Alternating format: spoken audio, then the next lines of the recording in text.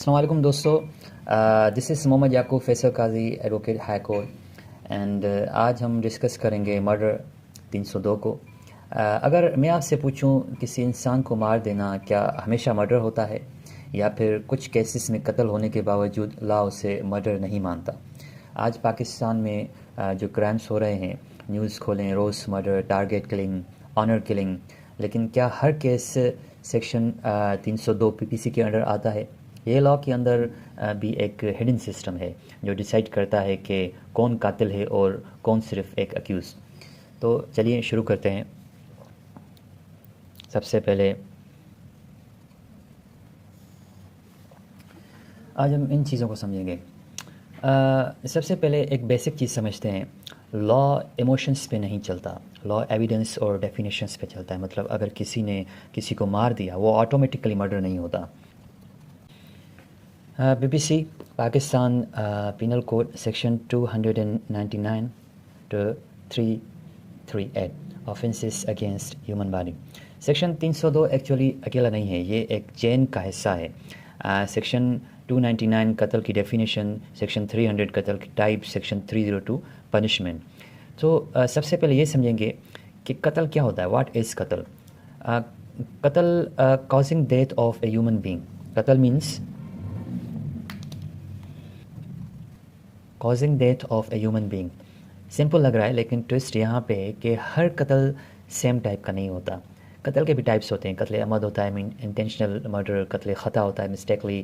قتل شبہ عمد ہوتا ہے، مینس اس کے ٹائپس ہوتے ہیں. سو قتل عمد کو سمجھتے ہیں. یہ وہ کیٹیگری ہے جہاں 302 اپلائی ہوتا ہے. قتل عمد مینس انٹینشنل کلنگ. اگر کسی انسان نے پلان کر کے یا کلیئرلی انٹینشن کے ساتھ کسی کو مارا، فار ایگزامپل گن لے کر گیا، ٹارگیٹ کیا، فائر کیا، یا انٹینشن کلیئر ہے، یہ قتل عمد میں آئے گا. بٹ لاء اتنا سمپل نہیں ہے. کبھی کبھی انٹینشن ڈائریکٹ نہیں ہوتی لیکن ایکٹ اتنا ڈینجرس ہوتا ہے کہ لاء ازیوم کرتا ہے کہ انٹینشن تھی. سپوز ایک بندہ غصے میں آ کر کسی کو دھکا دیتا ہے، وہ بندہ گرتا ہے، سر لگتا ہے کسی پتھر پہ یا کسی بھی چیز پہ، اس سبب سے ڈیتھ ہو جاتی ہے. اب سوال یہ ہے مرڈر تھا یا ایکسیڈنٹ تھا؟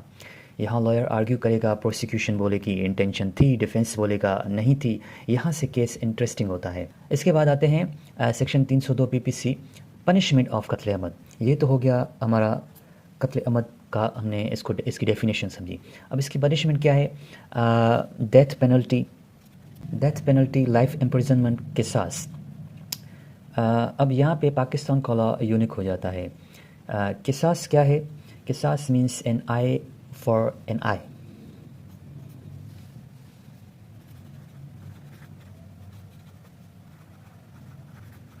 N eye for an eye مطلب وکٹم کی فیملی کو رائٹ ملتا ہے معاف کرنے کا، کمپرومائز کرنے کا، یا پنشمنٹ ڈیمانڈ کرنے کا.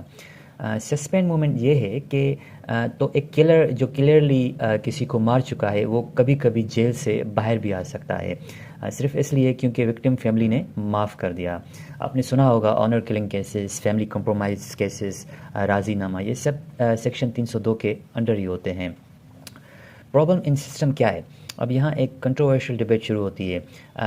کرٹکس کہتے ہیں پاورفل لوگ پریشر ڈالتے ہیں، وکٹم فیملی کو مجبور کیا جاتا ہے، جسٹس کمپرومائز ہو جاتا ہے.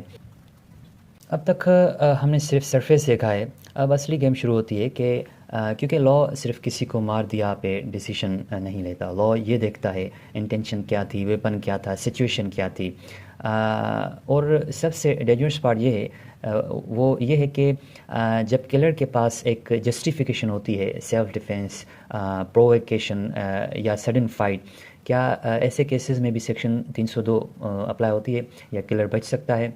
اس کا جواب ہم نیکسٹ پارٹ میں ڈیٹیل میں بریک ڈاؤن کریں گے انشاءاللہ، جہاں ہم دیکھیں گے کہ کیسے ایک قاتل لاء کے انڈر انوسنٹ بن سکتا ہے. تو انشاءاللہ ملتے ہیں اگلی ویڈیو میں. تب تک کے لیے ہمیں اجازت دیجیے. اللہ حافظ.